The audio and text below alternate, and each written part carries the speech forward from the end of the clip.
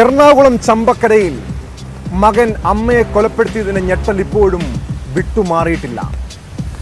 മകൻ തുണ്ടം തുണ്ടമായി മുറിച്ച അച്ചാമ്മയുടെ മൃതദേഹം ഒരു രാത്രി മുഴുവൻ ചോരയിൽ കുളിച്ച ആ വീട്ടിൽ കിടക്കുകയായിരുന്നു. മൃതദേഹം മാറ്റിയ ശേഷം ഞങ്ങളുടെ പ്രതിനിധികൾ ആ വീടിനുള്ളിൽ പ്രവേശിച്ചു.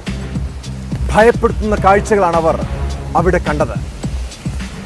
കൊലയാളിയായ വിനോദ് തല്ലിത്തകർത്ത വീട്ടുപകരണങ്ങൾ, അച്ചാമ്മയുടെ രക്തം ഇപ്പോഴും അവിടെ തളം കെട്ടി കിടക്കുന്നുണ്ട്.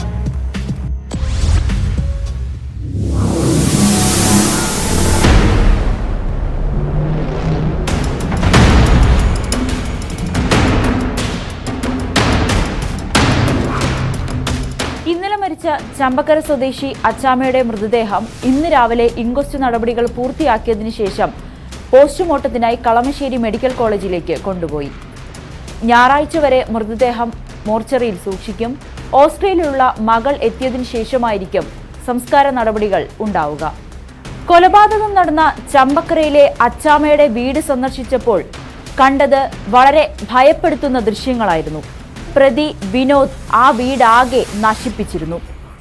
വീട്ടിലെ 3 ഫാനും കൈകൊണ്ട് വളച്ചു.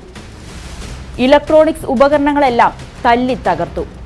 അച്ചാമ്മയുടെ ബെഡ്റൂമിൽ വെച്ചാണ് മകൻ വെട്ടുകത്തികൊണ്ട് അതിക്രൂരമായി വെട്ടിയരിഞ്ഞത്. ദൃക്സാക്ഷികൾ പറയുന്നത് ഈ മൃതദേഹം തിരിച്ചറിയാൻ കഴിയാത്ത ഒരവസ്ഥയിലായിരുന്നു എന്നാണ്. വീടിന്റെ ഭിത്തികളിൽ ചോരത്തുള്ളികൾ കാണാമായിരുന്നു.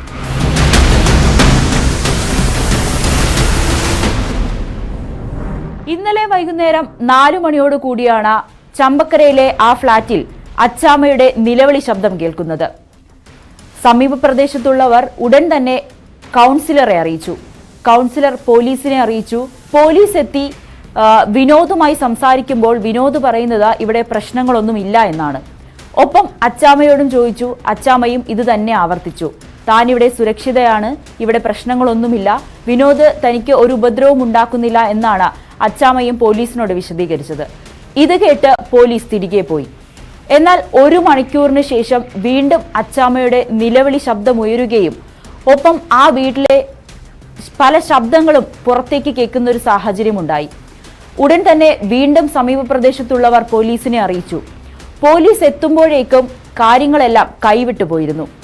അച്ചാമ്മയെ ആ സംഭവ സ്ഥലത്ത് കാണുന്നില്ല. ഒപ്പം ഈ വീട് തുറക്കാൻ ശ്രമിക്കുമ്പോൾ വിനോദ് അടുക്കളയിലിരുന്ന സിലിണ്ടർ തുറന്ന് കതകിന്റെ സമീപത്തേക്ക് കൊണ്ടുവച്ചു. മുളക് വെള്ളം കലക്കി ജനലിലൂടെ വിനോദിന്റെ ദേഹത്തേക്ക് ഒഴിക്കുകയായിരുന്നു. മുളക് വെള്ളം വീണ വെപ്രാളത്തിൽ പരവശനായ വിനോദിനെ പെട്ടെന്ന് തന്നെ ഫയർഫോഴ്സ് വീട് കുത്തി തുറന്നാണ് കീഴടക്കിയത്.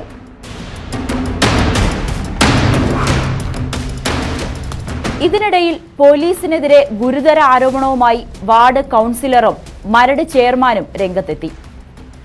ആദ്യം ഈ വിവരമറിയിച്ച് പോലീസ് എത്തി അച്ചാമ്മയെ ആ വീട്ടിൽ നിന്നും രക്ഷിച്ചിരുന്നുവെങ്കിൽ ഇന്ന് ഈ നിമിഷം അവർ ജീവനോടെ ഉണ്ടായിരിക്കുമായിരുന്നു എന്നാണ് ഇവർ പറയുന്നത്. അച്ചാമ്മയ്ക്ക് കുഴപ്പമൊന്നുമില്ല എന്ന് അവർ പറഞ്ഞതുകൊണ്ട് മാത്രമാണ് തങ്ങൾ തിരിച്ചുപോയത് എന്ന ഒരു വിശദീകരണമാണ് പോലീസിന്റെ ഭാഗത്തു നിന്നുമുണ്ടായത്.